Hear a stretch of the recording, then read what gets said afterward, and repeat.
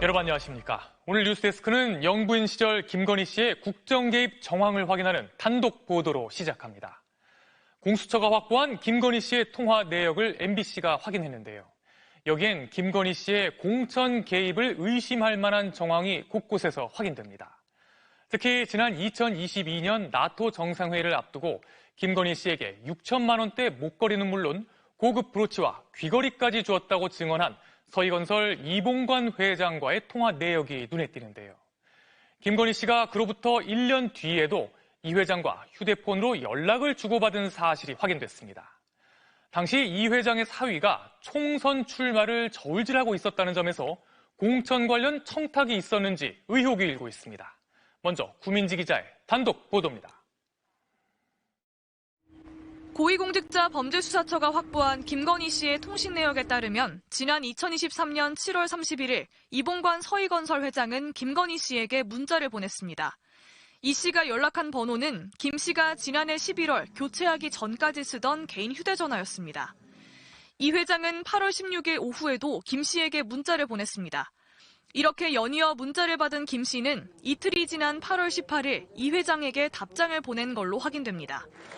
지난 2022년 윤석열 대통령 취임 뒤 반클리프 앤 아펠 목걸이를 구매해 주고받은 1년 뒤에도 이 회장과 김 씨가 연락한 겁니다.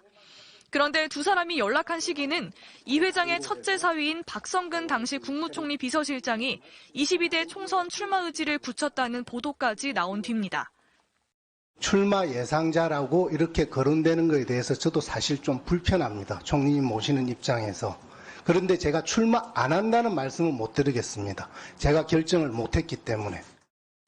같은 해 12월 박 전 실장은 비서실장직을 그만두고 부산 중영도 출마를 선언했습니다.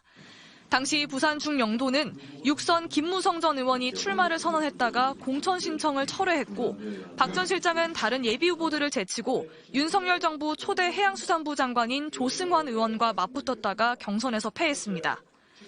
앞서 이봉관 회장은 특검에 보낸 자수서에서 반클리프 앤 아펠 목걸이 등을 김건희 씨에게 건넸다면서 사위가 윤석열 정부에서 일할 기회가 있는지 알아봐달라는 취지의 청탁을 했다고 인정한 걸로 전해졌습니다. 김건희 씨 측은 2023년에 주고받은 문자도 이 회장 사위 공천 관련 연락이었냐는 MBC 질의에 접견 전이라 사실관계 파악이 어렵다고 전했고 서희건설 측은 답을 하지 않았습니다. 특검은 내일 오전 김건희 씨와 김 씨의 집사로 불리는 김예성 씨를 동시에 불러 조사합니다. MBC 뉴스 구민지입니다.